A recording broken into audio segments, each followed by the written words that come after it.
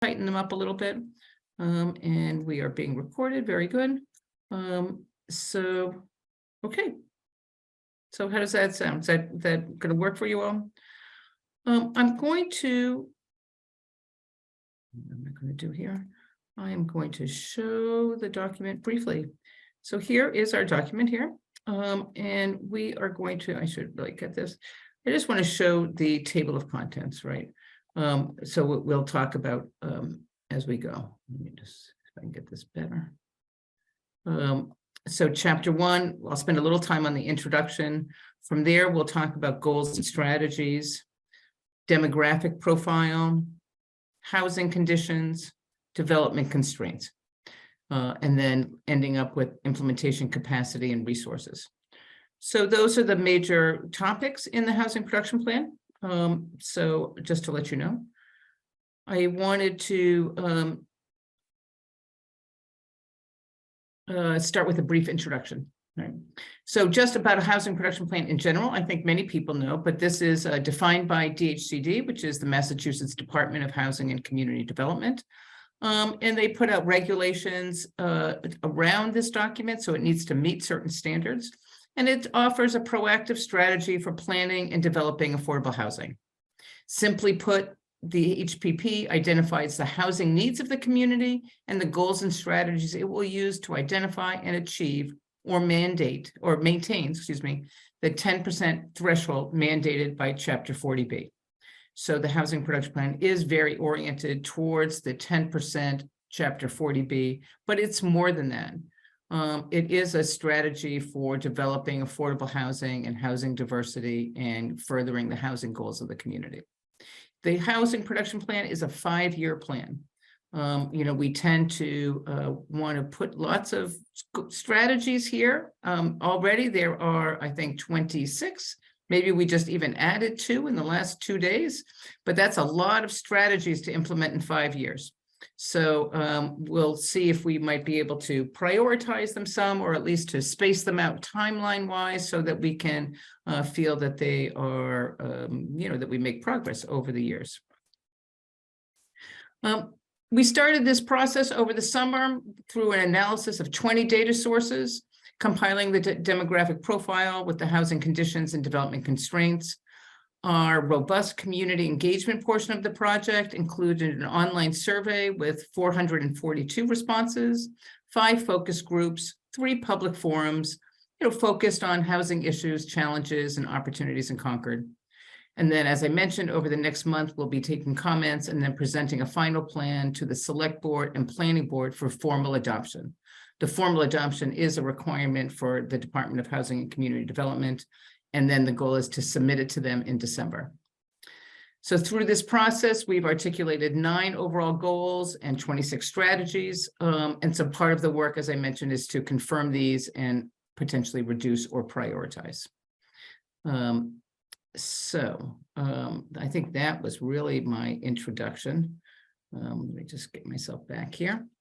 So I thought we could just start, and we'll just turn it over to Laura because one of the very first sections is the goals and strategies. Unless anyone has any comments on the introduction or overall approach or general timeline for the project. Okay, Laura. Okay, can I have you pull up the document? Sure. You can screen share also if you wanted to do that, so that you can drive where you want to go with it. Is that easier for you? I don't have it at the ready, so if okay. Yep. All right. Yep. Fine. So I can do that. Where would you like to go? So we'll just begin at the beginning. So we'll just keep. Yeah. Is it here? Is it here? Is it here? Here? Here? Here? How about here? Yeah. So there we go. Okay. So here are the goals. So we have 1 quantitative goal, which is really a production goal, and then we have 9 more qualitative policy related goals. So the production goal is the one that's really oriented toward the achieving and maintaining the 10% of Concord's year-round housing units to be at or above 10%.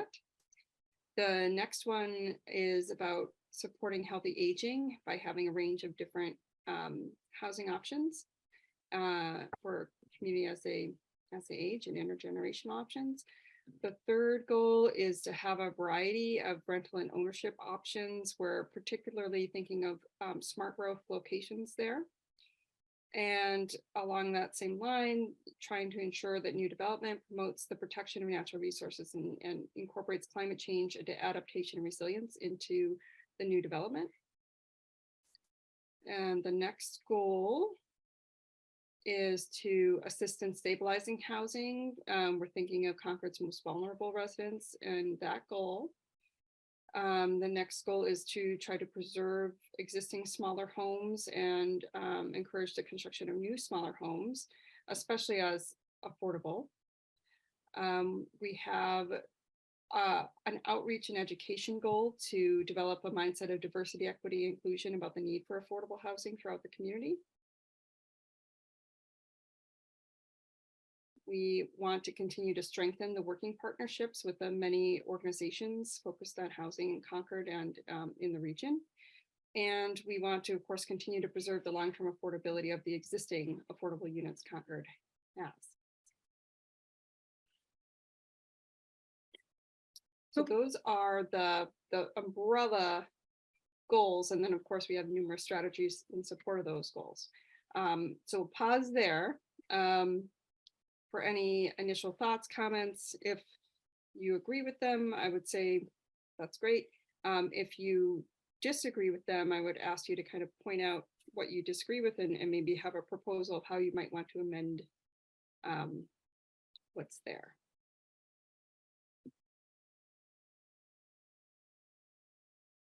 And if people could raise their hand, that would help in identifying that you want to speak. I see Stefan Bader, I'm sorry. Thank you. Do we plan to put these in any kind of order or sequence or priority in terms of most important to least important, or most likely to be worked on first and most likely to be worked on later, or is this just a random ordering? So there's no particular order to the goals. I would say that when we get to the strategies, that is something in particular when we listen to the strategies, if you can listen for those that you might consider to be of lower priority, I think everything tends to be thought of as everything's a high priority, but there's only so much that we can do in 5 years. And so as you listen to the different strategies, when we go through those, if there are some that you're like, I think that sounds to me more like maybe it could wait to the long term or something like that, or just have that in your mind as we go through those. The goals are so cross-cutting. A bunch of different strategies support kind of all those goals that they're a little trickier, I think, to prioritize. And Matt Johnson.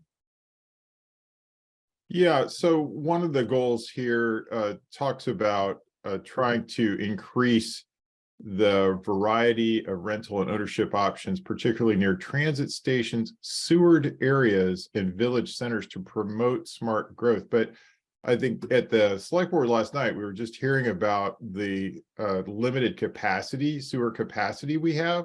So is it a practical goal for us at the present to increase density in sewered areas in any significant way? So that is a great question. That one of the strategies does look at sewer and sewer infrastructure, because that is a limiting factor and something that the town does have to consider when it's proposing new zoning changes and things like that. But in terms of a policy decision of where, smart planning and smart growth happens, that would be where we've seen the town want to prioritize new growth and where sort of best planning practice would encourage more development to happen. Okay, thank you. If I may add, the Envision Concord Long Range Plan did identify the transportation and service areas as where it would made the most sense to locate housing. And so I think it would be a conversation about what are the trade-offs if we are looking at perhaps a greater density with affordable housing projects close to these areas. Yeah, I agree with the goal in general. I just think calling out Seward areas when that is a constraint. You know, I think that in fact, if you already talk about near transit centers, stations and village centers, those happen to be the areas that are Seward, right? But calling out Seward areas when that is an explicit constraint we have seems strange to me. Tanya was next, and then Mary Hartman. Hi, Tanya Galis, 62 Prescott Road. I was also wondering about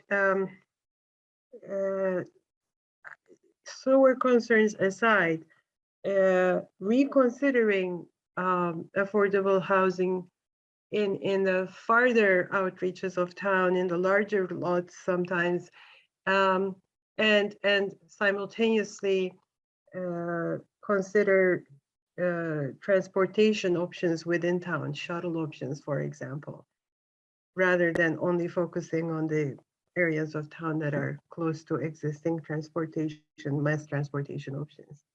Okay, thank you. I think that it says here particularly near, so I don't think it's intended to exclude other areas in town, because certainly as property becomes available and is offered for affordable housing, it could be in other areas, but I think it's really, advantageous to be near transportation. I think that's the idea. Thanks. Mary? Thank you. One of the things that we talked about last night at the select board meeting is the first goal, which is the quantitative goal about meeting the 10% SHI. Kind of gives the impression that that's the most important goal because it's first, and it could lead to doing things that maybe don't also include the other goals. So it could be an overarching thing that kind of maybe blinds us sometimes to the other goals. So I'm wondering if maybe a better way to word that would be to have that as our goal, as long as it also includes meeting the other goals that we've outlined that are the more qualitative goals. And how would you do that language? How would you see that revised? I guess I would, well, this is rough. I just thought of this. It'd be like, as long as we also, add to that sentence saying that it also reaches or also attains at least, 3 or 4 other strategic goals.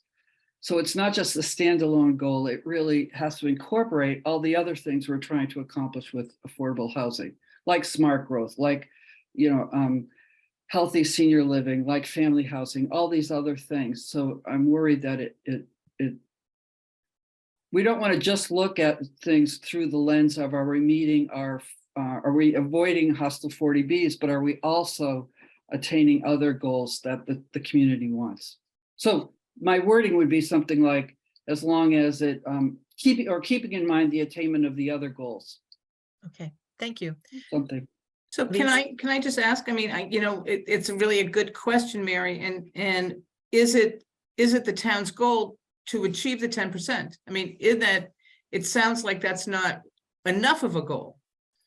So it's presented here, Yeah, because, because of the conversations and the events of the last couple of months, but it's presented here because the team thought that, in fact, this was standalone, a goal of the towns to reach and maintain 10% by itself. And of course, projects are more desirable the more that they, incorporate other goals, but that reaching 10% was a strong enough goal in and of itself. But perhaps that was an incorrect read. are you asking me, Liz? Well, I think that we have a number of the select board policy group here. This would be, yes, I am Well, actually, you or Matt or Linda Yeah, or others. we did talk about it last night, and we Mhm. didn't get a sense of the board, and I see Matt has his hand up, so I'd like to Yep. to know what he heard Yep. the board discuss, but I thought the conversation was, let's not just go after 10% at all costs. Let's really make sure that any development or any project that we look at, when we're thinking of, yes, we want to avoid, we want to get up to our 10%, but these other goals are just as important. That's what I thought. Yeah, thank you. I think Lee was next and then Matt Yes. and then Moira. Yes. Lee? Thanks. This is going back to a few prior comments. For example, the questioning of sewer capacity and other areas in town that aren't as close to transportation, for example. I was hoping Liz or Marcia or someone else could just speak to how this this plan, once finalized and approved, what effect it has in terms of varying from those goals per se. So in other words, are we restricted in any way by proposing an affordable housing development, for example, in or particularly rural area, or ignoring or in an area that doesn't have sewer? So just how does that all work as a practical matter once this plan's finalized? So I could say that the plan is not, the plan is a framework and a guideline to direct and to help the town through its affordable housing or housing initiatives. But there are opportunities and proposals that'll come forward that aren't considered in this plan over the 5 years, because that's just what happens. And those are certainly able to go forward. So it's not a binding plan, so that you can take actions that aren't in this plan, and that's totally okay. And Is often, it fair to say, Mhm. go ahead. Is it fair to say that this is ultimately a guidance document? That's correct. So if a development is proposed and it's not explicitly called out as a goal or strategy in the plan, while, I mean, any plan could be subject to,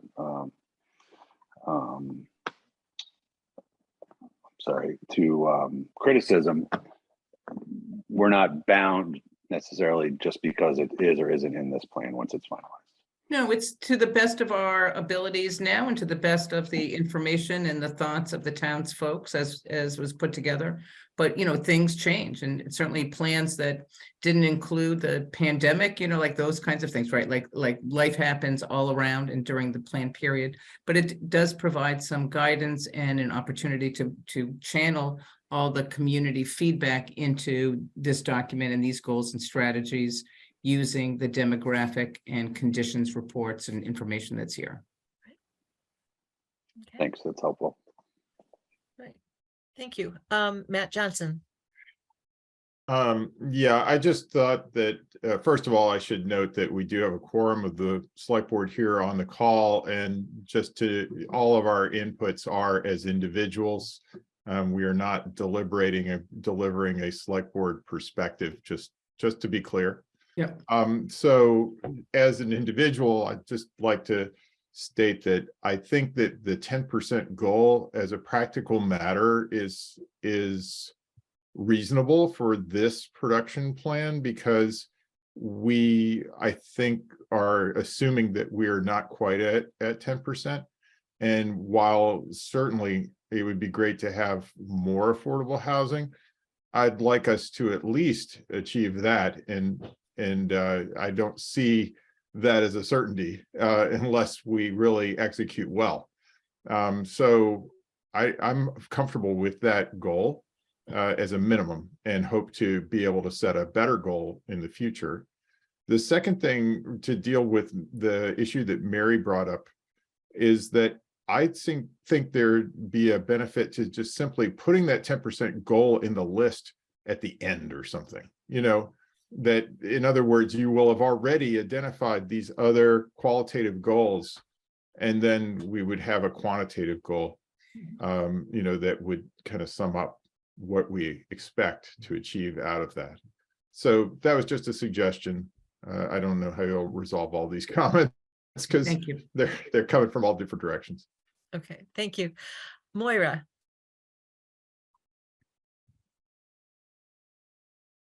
I guess I'm a little confused by the comments. First of all, I think 10% is an extremely, almost embarrassingly low number for affordability in any community. And so I can't imagine why that wouldn't be a top priority, especially for a community like Concord, where we have so much and we're so interested in the world. And I think we need to think more locally. Housing is an issue all over the country, and we have an opportunity to be leaders, just like we were with the bottle bill. And I see this as an opportunity for that. And having sat on this committee and really digested the statistics, which I know it takes a lot of time to do, I wouldn't see any reason for the town to be involved in anything. I mean, zoning, planning, those kinds of things, but the main purpose of this was to look at the fact that most of you who have children cannot afford to come and live in Concord anymore.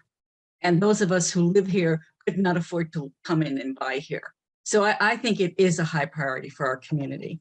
And I feel very strongly about that. And I feel it's been a strong commitment, I think, at all the town meetings. And I do believe it belongs as a priority. Thank you, Moira. Linda Escobedo. You're on mute. Thank you. At the point I raised my hand, I was thinking about a couple of things, and one of them was that I do believe personally that we should be talking about a goal that says 10% to at least or to exceed 10%. And Maura's just spoken to that. The other thing I was thinking about when Lee asked his question about a guidance document, and in fact, I do agree with you that this sets a framework and a guidance, and there are opportunities that come up that cannot be predicted.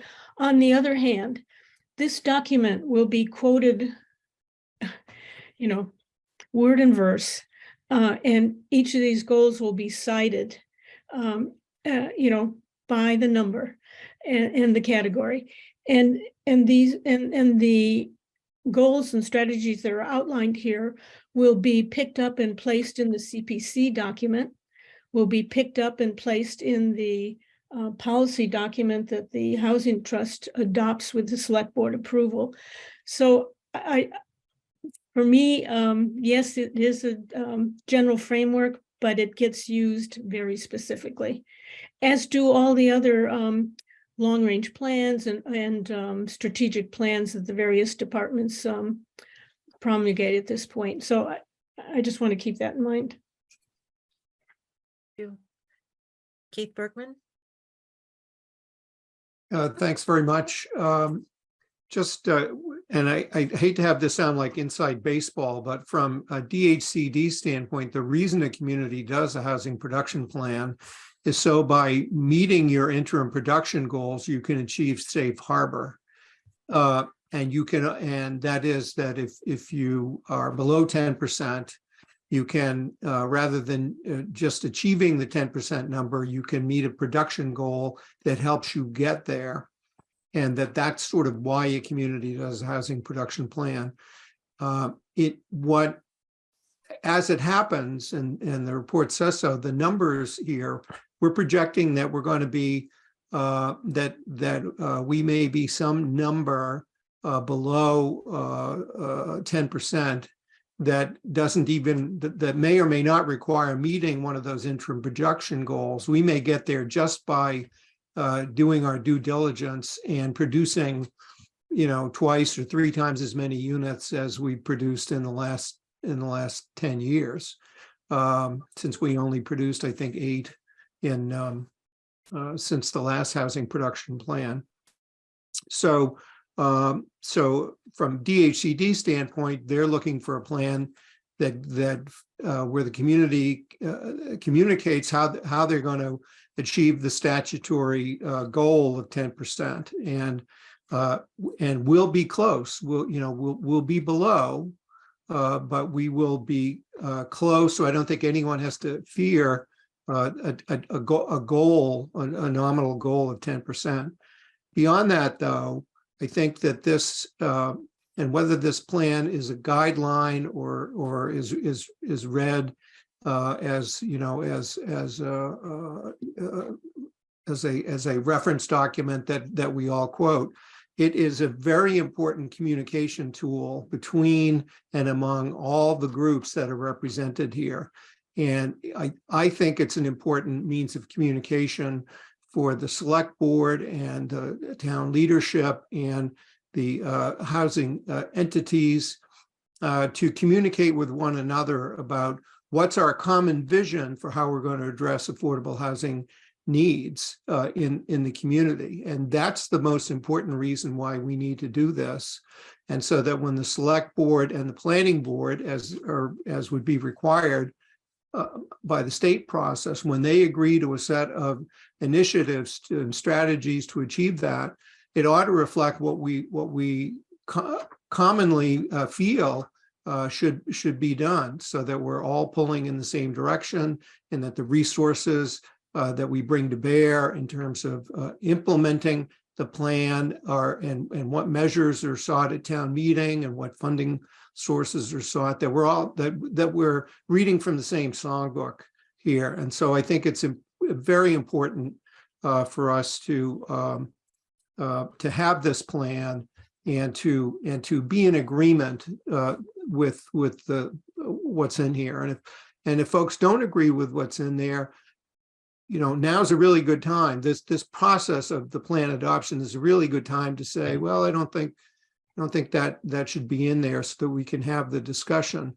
And in terms of you know, it's still a flexible document, though. The last plan that was approved in 2015, 2016 didn't have Assabet River Bluff in it, and that's now our top priority project of what we would say to proceed with. So this too will be a living document, and we'll take advantage of opportunities, but we want to have a framework. So thanks. I've talked too long, but thank you. Okay. All right. Lee and then Pamela. Keith, thanks for that. I concur with pretty much everything you just said. I think that's helpful. Just going back one step to the general question about prioritizing reaching the 10%. I wonder, and I apologize if it's in the document and I missed it, but perhaps a more robust explanation of what 40B really means and the effects of it. Maybe a few paragraphs explaining it in more detail rather than just a sentence or two would help inform the reader about what this is really all about, rather than just tick it off as a priority, whatever ranking it's maybe given. Okay. Thank you. Pamela. Thank you. Do we announce where we live and all that, or just speak? You can just speak. Just speak. I really like the whole idea of this. Thank you for all the hard work. But one of the things I regret not doing is when at town meeting, Article 51 came up about asking for home rule to be allowed to require all electric new construction, that I didn't ask for the exception for affordable housing to be struck out. And I think we should consider that making affordable housing worse than regular housing is not a good idea. And that we should have in our goals, including the sustainability, environmental sustainability that we need to live, no matter whether we're poor or rich or whatever. I've been looking at the cost of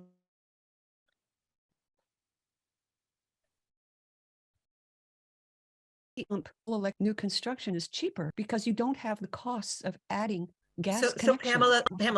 Pamela, there is a goal that talks about the environment. How would you change that goal to incorporate what it is you are concerned about? I didn't see it. Which one was it?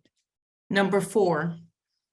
It says ensure that new development promotes protection of natural resources and climate change, adaptation, and resilience. I must be looking at the wrong thing. I'm looking at goal 4, encourage the preservation of existing smaller homes and the construction of newer homes.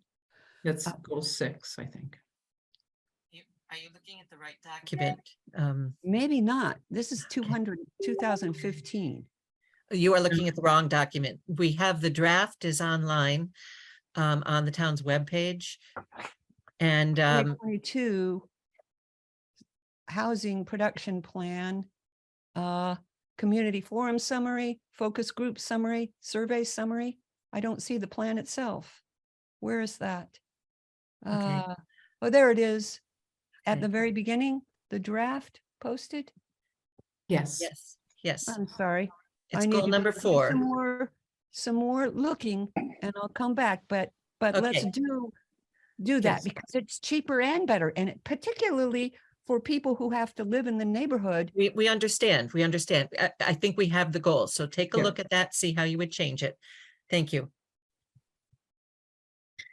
Okay, So- that was a great conversation on goals. And so maybe we'll move into strategies unless there's one more comment. I just want to be mindful of the time, but glad to hear everything. Tanya, do you have another comment? Yes, thank you. Since the natural preservation and environmental issue came up, it would be good to keep in mind in planning the environmental aspects of it.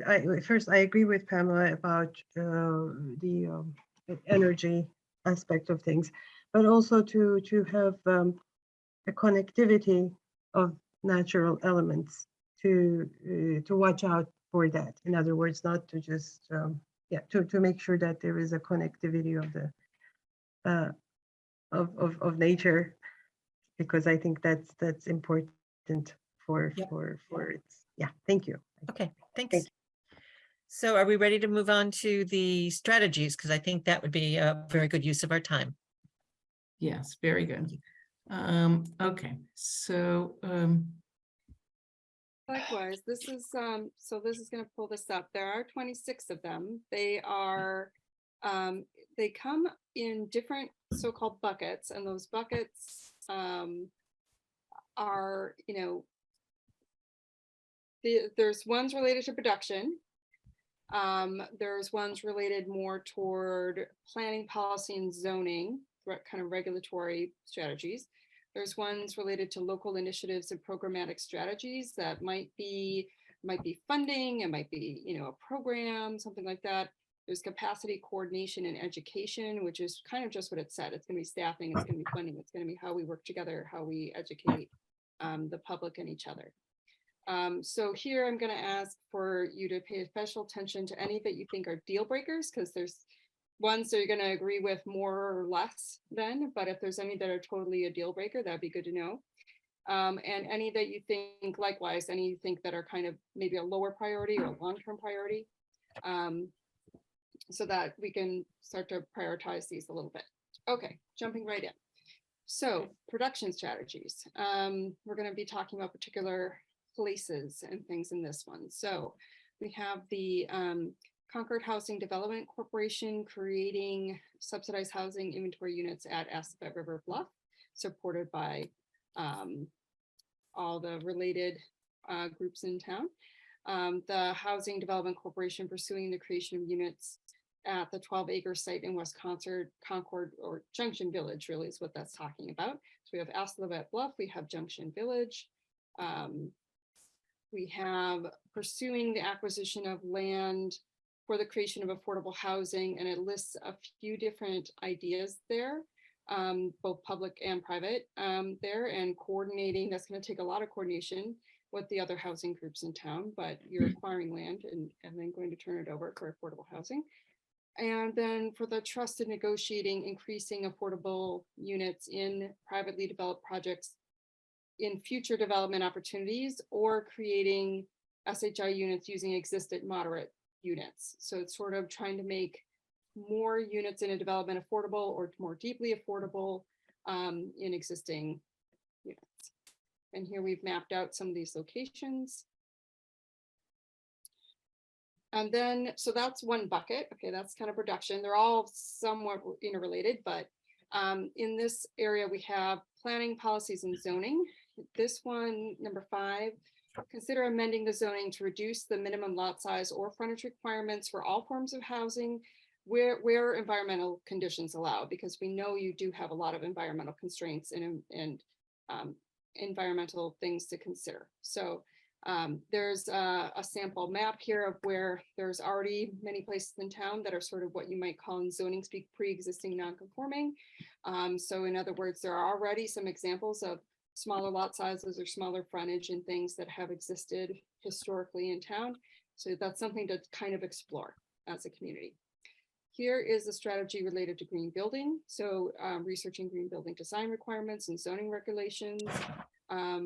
What's needed to require and incentivize green building design that results in optimally sited, smaller, energy and water efficient homes powered by renewable energy. So trying to make the future, what we're building now, reflect the future and present realities of climate change.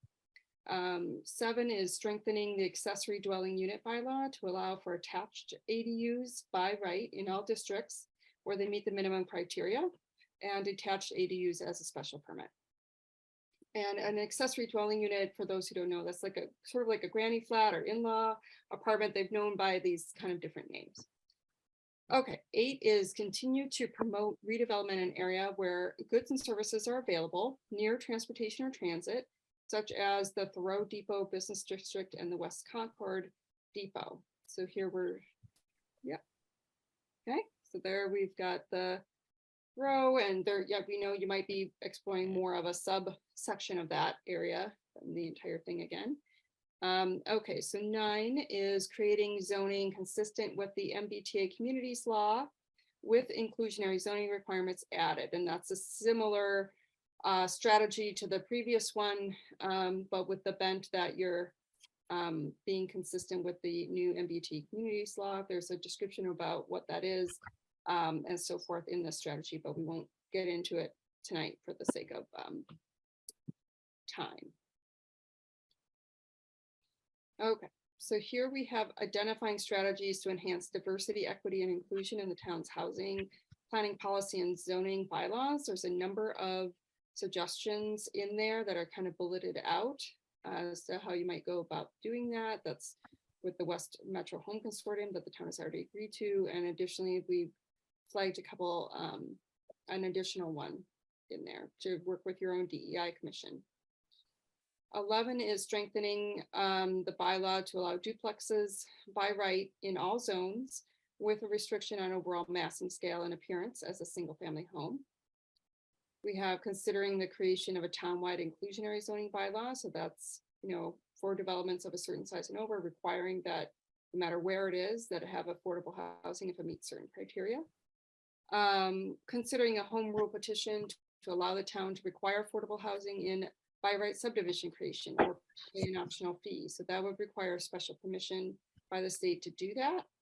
But it you could pursue the special permission to be allowed to do that. Laura, we've gone through half of the strategies so far and 2 of the categories. Maybe we should pause here and have some questions. That's a lot. There's a lot. Yeah.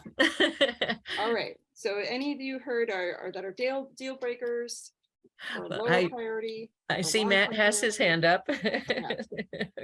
Yeah, so first of all, on number 7, we already allow accessory dwelling units by right in Concord in all districts. So I don't know why this says that we need to change that. You only need a special permit if you go over 750 square feet, or you're in the, you know, side yard setback, or, you know, have height requirements. I thought that was just in the Residence C district, Matt. No, it's 4222. It's just you issue a building permit. You know, it's the 2-family that has Residence C only and is by special permit only. Yes, you can get a special permit for accessory dwelling if you go over a certain size limit, but this 7 has already been achieved. Okay, all right, thank you. Then when it comes to number 9, I don't think, based upon the memo that I read from Elizabeth Hughes, our town planner, that it's practical for us to have this as a goal. I think we should just strike it.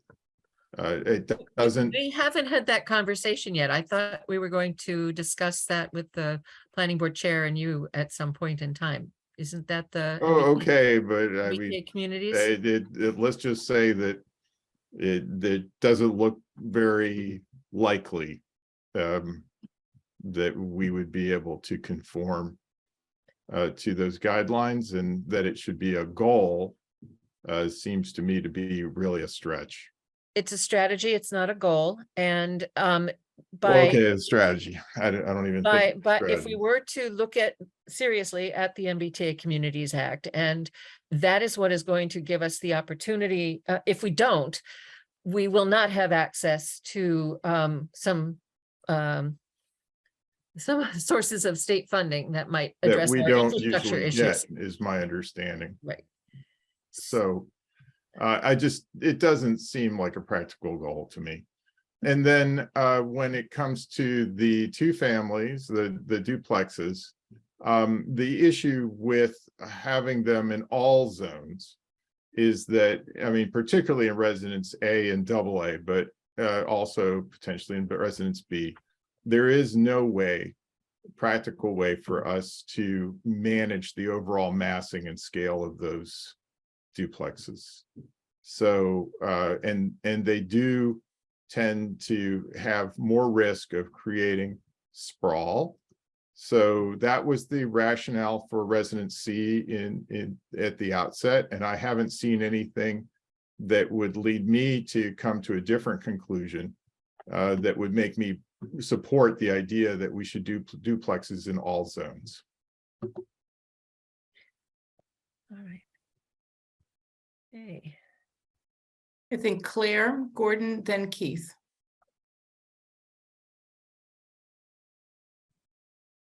Yes, okay, I'll put my video on too. I have a concern on number 11. I think that was included in this batch on duplexes. And this appears a couple of places. It requires that they appear as a single family home.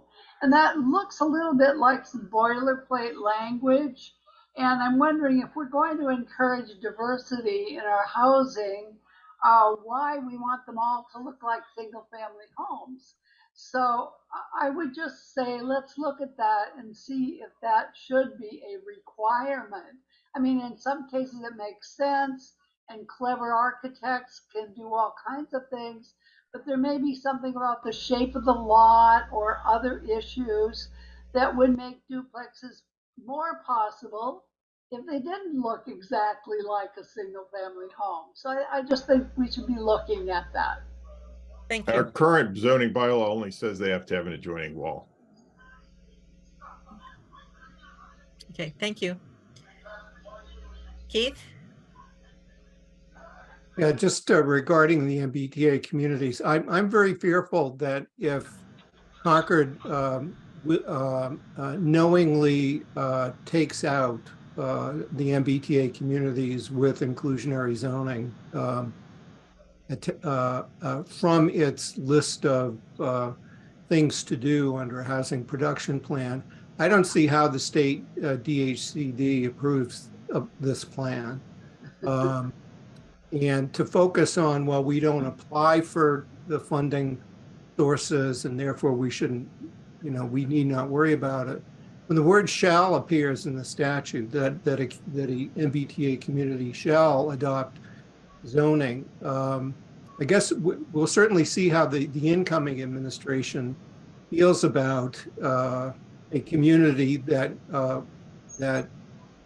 doesn't even that does not try to pursue it in good faith. And I would feel strongly, you talk about deal breakers. I think if that goal is not in here, I think that's a deal breaker.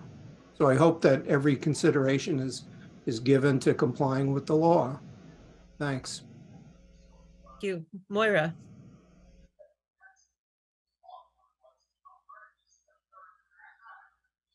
Nope. Moira?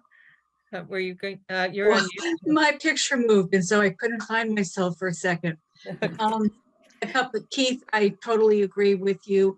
I think the Thoreau district, and I live on Thoreau, so and we didn't lose that change by much. It was, I think, 320 to 375. We didn't lose by that much. And so I think that I strongly encourage the zoning and select board to think about making the project slower, starting with maybe a certain patch of the area and asking for it to be rezoned. We cannot, in good conscience, not do something, because if you think about the fact that the Thoreau Street is the place that most or many people see for the first time when they enter Concord. And it really isn't as pretty as it used to be. Crosby's is pretty much an eyesore, that whole area, in my opinion. That's my personal opinion.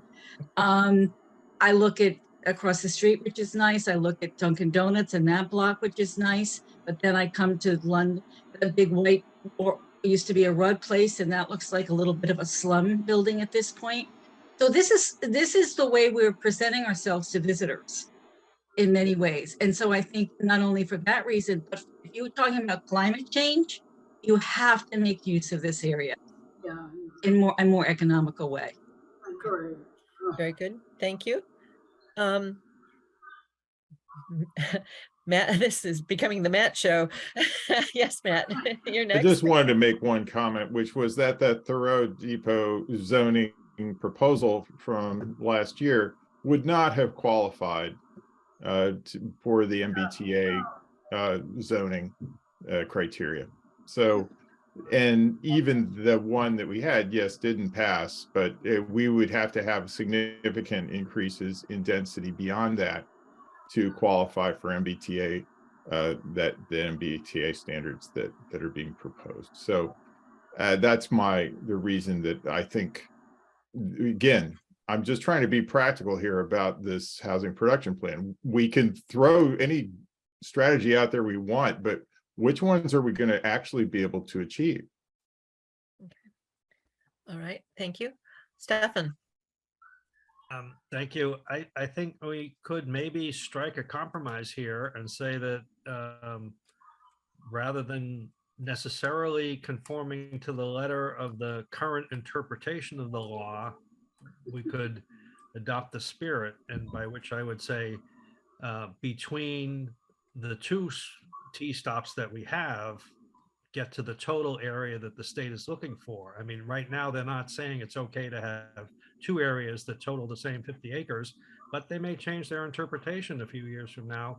And I think to have that as an available strategy would indicate a willingness to comply with the law and a willingness to apply it as makes sense for us. I actually have a couple of comments on that. One is that you are allowed to have more than one district as a part of the MBTA communities.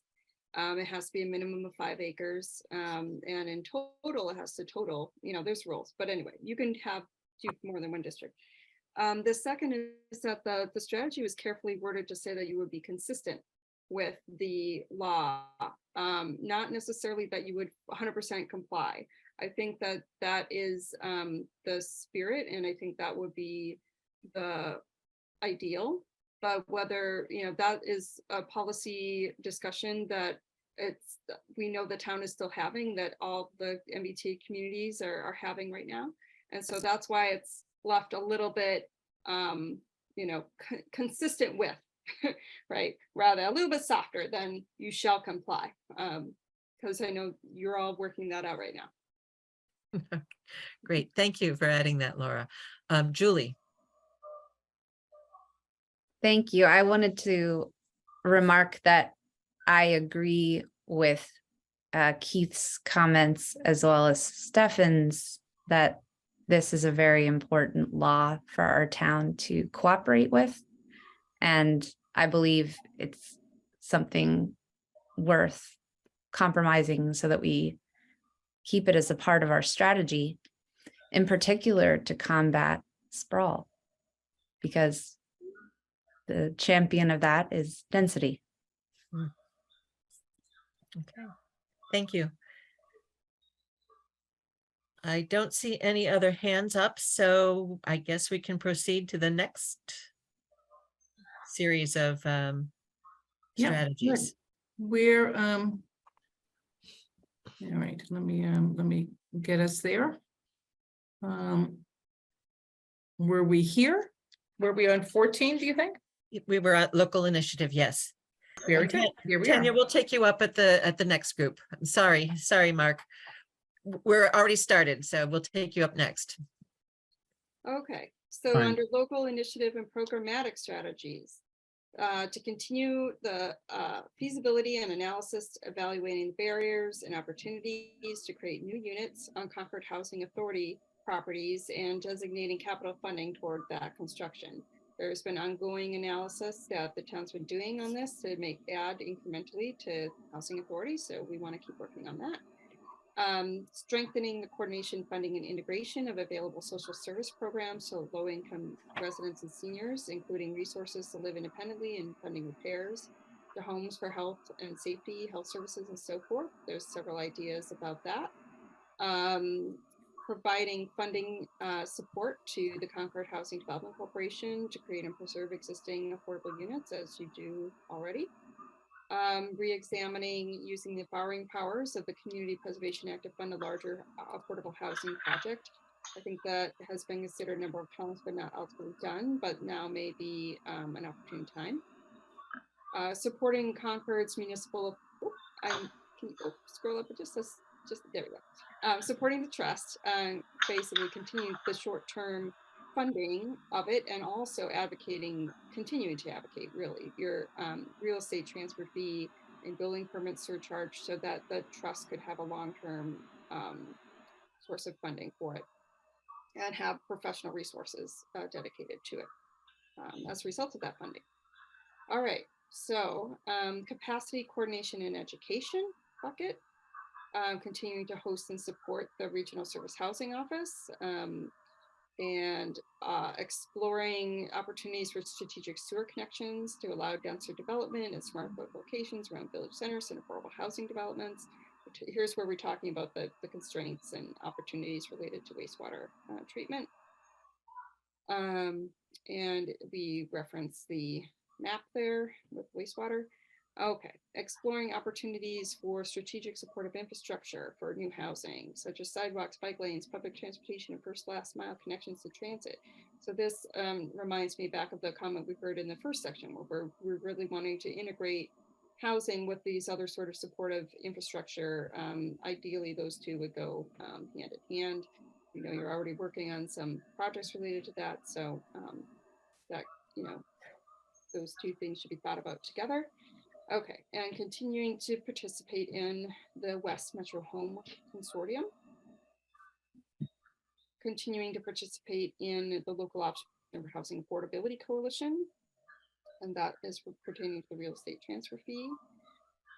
Continuing the Concord Housing Roundtable and clarifying the roles and responsibilities for the housing production plan implementation. You know, looping the Community Preservation Committee into that conversation as well. That's going to be important moving forward. Okay, and continuing affirmative outreach to target populations, increasing the awareness of existing affordable housing programs and assistance that's available at local and state levels. We have some ideas, methods for consideration there. And fostering outreach and education about local and regional affordable housing needs through positive public relations campaign. So there's different ideas for responsibilities there, and a case study, you know, related to sort of a campaign of, you know, we can't afford to lose the people who can't afford to live here. And I believe that is all of the strategies in a fast and furious fashion. So any deal breakers or things you would like to see changed from what you've heard so far? Now, I know that Mark Mark Galis had his hand up previously, but he didn't get it up in time for me to see. So Mark, do you want to go first? Okay, thanks. Yeah, just a couple of general comments. One, can everybody hear me? Yes. Yes. Okay, great. Yeah, so I've always wondered where the 10% comes from. I mean, it's probably the result of some lawmakers' compromise of some sort. And I feel like it's important, just as a general point, to think about a broader goal, whatever it is. And if the goal was to happen to be 10%, then requirements for new construction, at least of some volume, should be more than 10%, because you'll never catch up to 10% if you don't have more than 10%. Somerville has a 550 plus page zoning law that requires 4+ units to have 20% affordable, and it also has linkages to payments on larger developments to support affordable housing. So I think the aspiration has to be higher. If you don't aim high, you end up lower. Thanks. The 10% comes from state law, Mark. So it's a mandate. I understand, but it's a low, it is, I'm just saying, does the town on its own Okay. Agree with that as the appropriate target for the town? I get it. understand it's a mandate, absolutely. Very good. Thank you. Charles. I want to revisit the issue of on page 48, which deals with the wastewater issue. And I'm just wondering, I'm not sure that what they say here about the 2008 wastewater task force determined that it needs to increase sewer capacity from 320,000 to 508,000 per day. In last night's select board meeting, Alan Cathcart, this is chair of the Public Works. The manager of Public Works, talked about the constraints in doing this, and he did mention that there was one way that the state might allow an expansion, which was to create an annex to the existing sewer plant, which would discharge sewage in various treated ways through the ground nearby. And he mentioned a particular number of additional,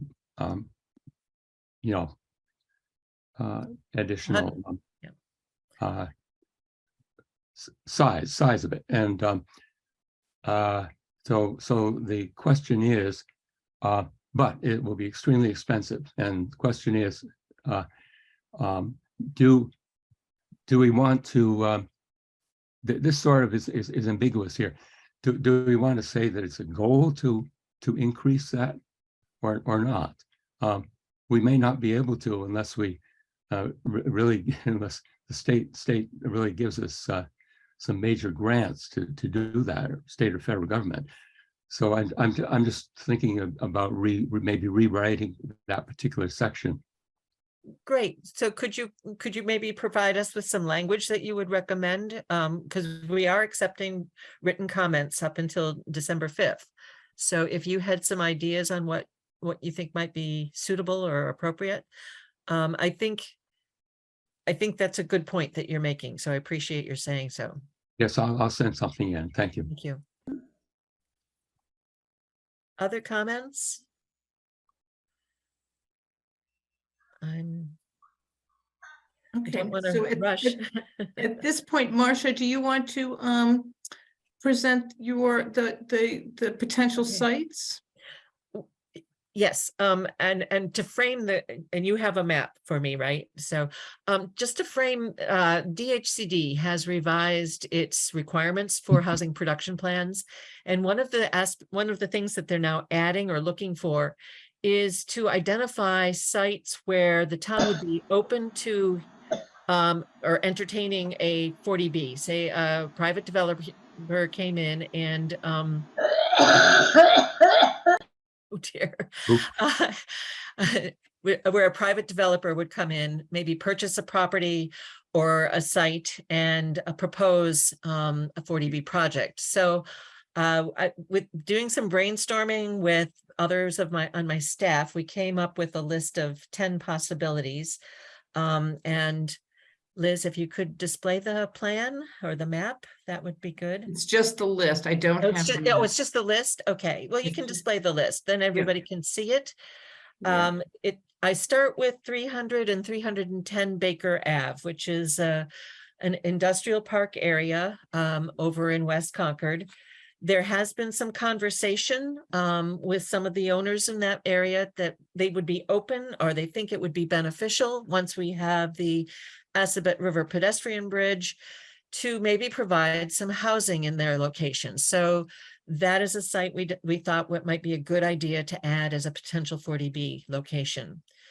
Another one that seems to be excess land is 221 Baker Ave in that same area. That is the site of the New Life Community Church. We have not talked with them. This is just a speculative list that if someone were to come in and say, we'd be interested in looking at this as a 40B, the church might be willing to sell that property as a 40B. Might this be a suitable location? We'd have to look at maybe framing the numbers of units that we would consider in this location. Another location is currently a vacant piece of land adjacent to Care 1 along Route 2 and Old Road to 9 Acre Corner. That is currently an empty site. It's undeveloped. There has been no movement. I believe it is a limited business district. Nothing has been discussed for that property in a number of years, but there's another possibility. There are 12 acres total of residential lots that are owned by Emerson Hospital at the corner of Old Road to 9 Acre Corner and Old Marlborough Road. Perhaps if the hospital were to sell that land, could a 40B go in that location? It might make sense at that location. Do we add this into the program or not? I don't know. But these are the lists of properties that we see as having some potential because we do not control them, and somebody could bring it forward. Then there is 874 Barrett's Mill Road. That's, I think that is Marabello Farm, right next to the Concord Rotary. That has been farmed in the past. I think there is a small farming operation currently happening there.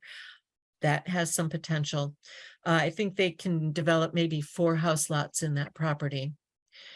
91B Main Street. This is immediately adjacent to the recently built Habitat for Humanity property at 930 Main Street. There's potential there. The state would have to declare it surplus, and then somebody could develop it for affordable housing.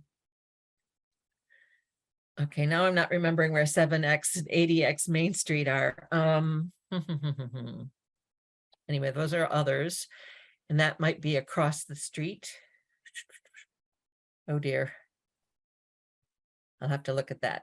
56B Fitchburg Turnpike. This is down off of Route 117, adjacent to the Sudbury 40R development called Cold Creek.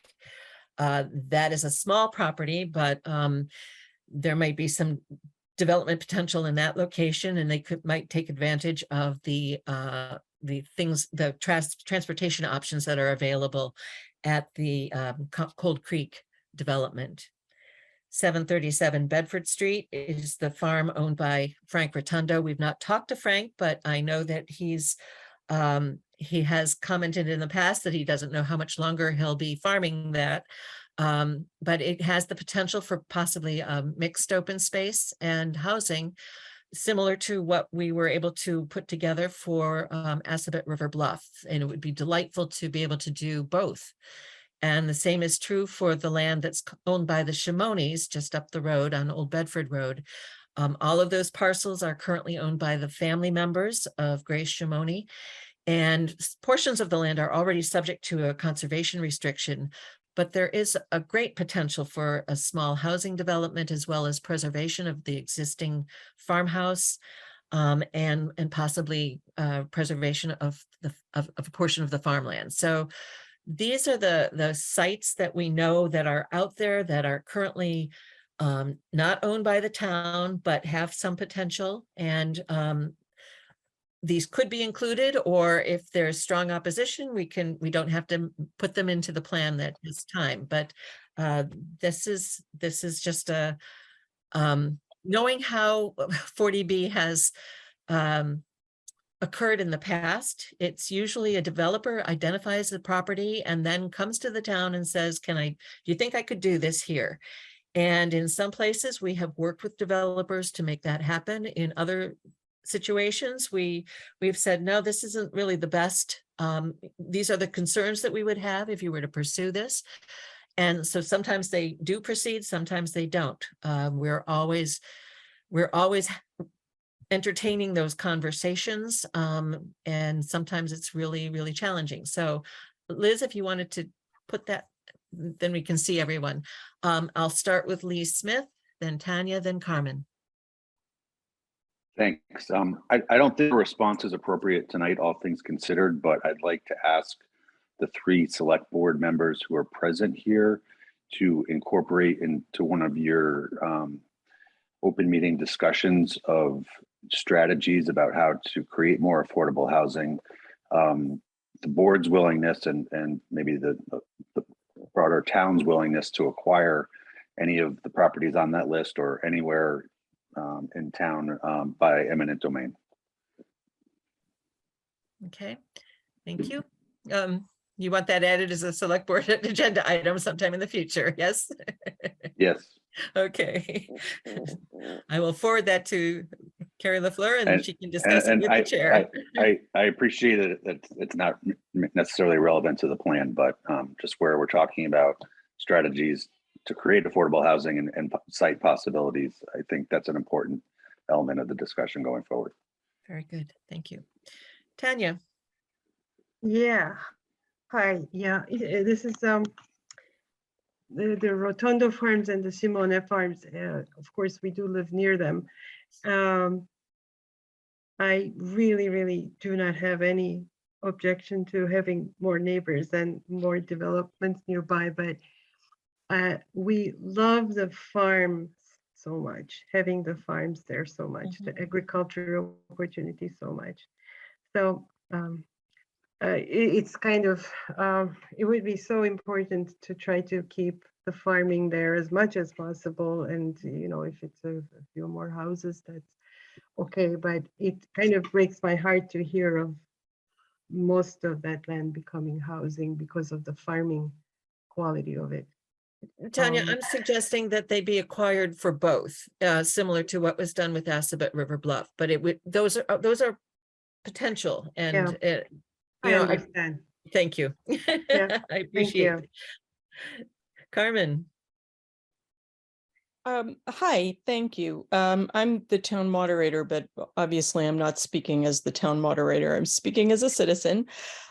So I do have, actually similar to Tanya's observation, I have just a question about how different priorities in town are taken into account in putting together the housing production plan. The town's been very concerned about preserving agriculture in within its borders in the past, and the same pressures in terms of the market value of property that make affordable housing so difficult to build and maintain is what's pushing agriculture out of town as well. And it does seem that you might be, you know, it might kill one goose to save the other to focus on farmland as a place for affordable housing. Once something is built on farmland, it ain't never going to be farmed again. So that's one observation. And then a question about sites that aren't on your list. There, other than the place that's owned by the New Life Community Church, I didn't note much in the way of commercial buildings that are underutilized being thought about. There is, for example, the former Papa Gino's location in the Crosby's supermarket that was a restaurant and then a video store, and it has been empty for years. Carmen, Carmen, some of the properties are already listed in the plan. Okay. So, and that's part of the Thorough Business District that you're Okay. identifying. All right, so I will just mention then that there is a strip of property owned by the DOC along Elm Street that is part of the State Farm. And we do have affordable housing on the opposite side of Elm Street, up there past the light plant. And given the connection of the Bruce Freeman Rail Trail over Route 2, so that it's now going to be possible for people on that side of the Rotary to get by foot or by bicycle to the train station and to the West Concord Shopping Center. It sure seems like that's pretty underutilized land there. Just all the land right along the street, and the state could still keep everything that's in back of it. Would be a wonderful deal to work out with them. And then the other question I have is about the former Welch's building on Main Street, which is not full in terms of office tenants. And boy, that would be a pretty magnificent location for housing. Thank you very much. If I may comment just briefly on the Shimoni property, the town did have conversations with the family previously about, but the select board did not move forward with acquiring that farm at the time. We talked about being able to save the existing house because it is an antique. It's probably one of the oldest houses in town, and building a small amount of housing and saving the farm. So that had been a possibility at one point in time, but was not pursued at that time. So that's why I added it to the list, because I knew that I continue to want to save the house. And I think it would be a great CPC project because it would allow for all three aspects of the Community Preservation Act to be fulfilled there. So, but I do remember that, but since that time, we preserved the Barrett farm, the Barrett's Mill farm, and did affordable housing for farmers and agricultural preservation there and open space. So I wonder whether if the Shimoni property were revisited, if the feeling would be the same now. Yeah, thank you. Stefan. Thank you. For those farm properties, are they all currently under 61A or 63, whatever the agricultural exemption? I believe so, yes. So the town would theoretically have a right of first refusal should those come on the market, or if a developer puts a proposal forward before they take it out of 61A, yes, the town would. And a farmer can theoretically take it out of 61A and pay the taxes for 5 years and then do what they want? He can allow, yes, the farmer can allow the 61A designation to lapse, in which the town loses its right of first refusal, or the opportunity to match whatever the offer is. And there's some sort of look back or interval, right? Yes. 5 years, 2 years? I think it's 5 years. I don't know the details. But that's my general understanding too, although I couldn't swear by it. So I guess maybe a strategy for us to or to pair with listing those properties is to not to go to eminent domain, but to sort of have some kind of enforceable 61A option exercise. And maybe that it ends up being eminent domain, but it seems to me that doesn't get you into the argument of, oh my God, you're taking over private property rights, because the whole 61A program had that as an understanding by all the parties for decades. So it's not going to be a surprise to anyone.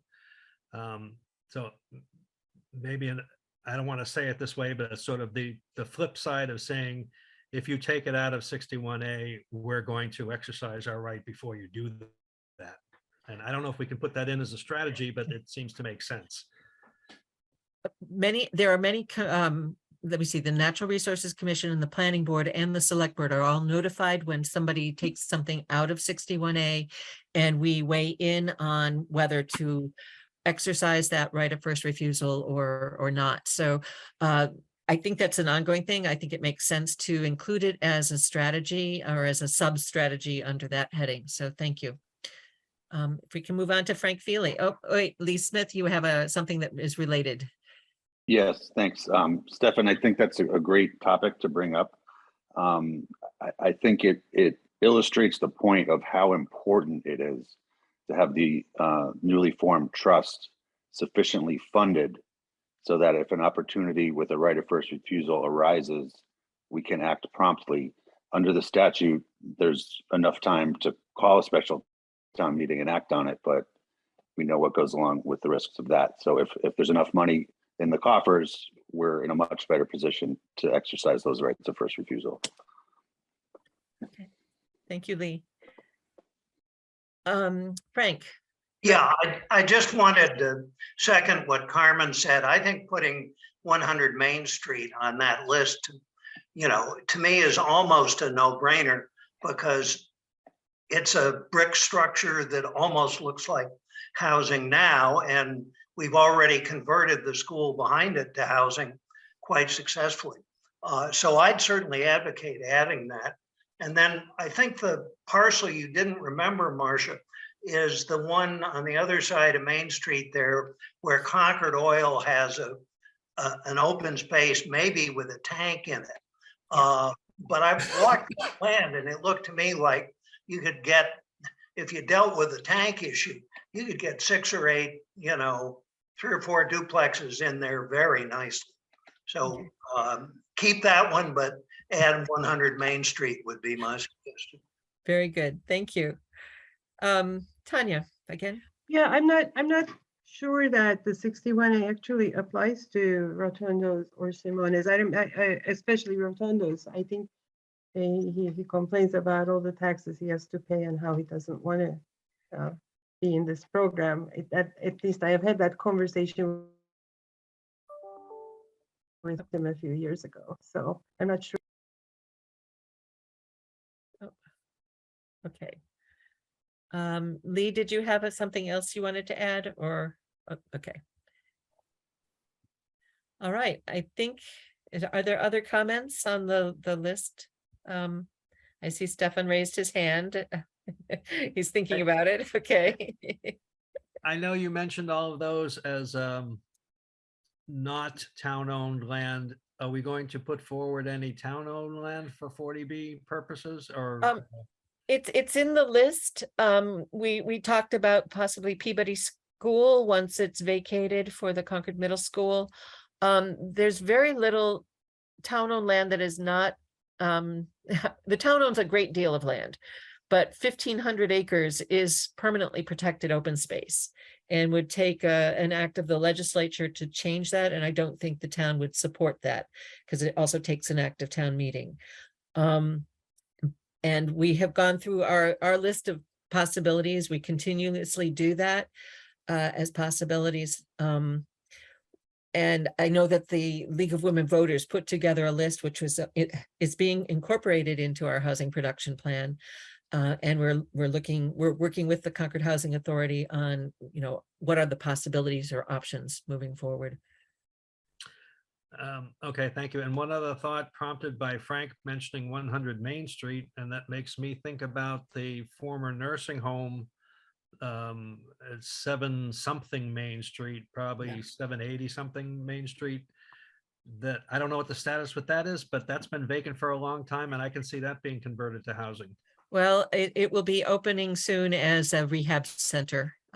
They are working toward possibly opening in January 2023. Well, you lost your slide. Okay. Sorry. Okay. Thank you. Yep. Okay. And so any more there? No? Okay. So it's 8:24. So I did commit to finishing up by 8:30. the rest of the document, I think that people have found that on the website, really talks about the need for housing, the demographics, the housing conditions, and the development constraints. So I think for today, we're going to probably leave those out of the public forum, right? Unless you want to spend a little bit of extra time doing some summaries there. What's your pleasure? I don't know. I'm just, don't want to keep you too long, and we've spent a good discussion on the goals and strategies. I think it's been a very productive discussion. I appreciate everybody attending. We've had as many as 37, 38 people here. And we've provided, Liz is available to receive any comments, additional comments, questions. We can move forward. People have submitted different things already. So again, I really, really appreciate everybody's participation and involvement. And thank you. Right. So all the any comments like big picture, or even small wording that you think that something could be explained a little bit different or more, please let us know. We're really happy to take any of your comments and then cycle them back through for the next versions. Our goal is to, as I say, to review this with the select board and the planning board in December. And you'll see those meetings coming up. Okay. Thank So, you. so thanks again for all your participation, and yeah, great. All right. Thank you. Good night, everyone. Bye, everyone.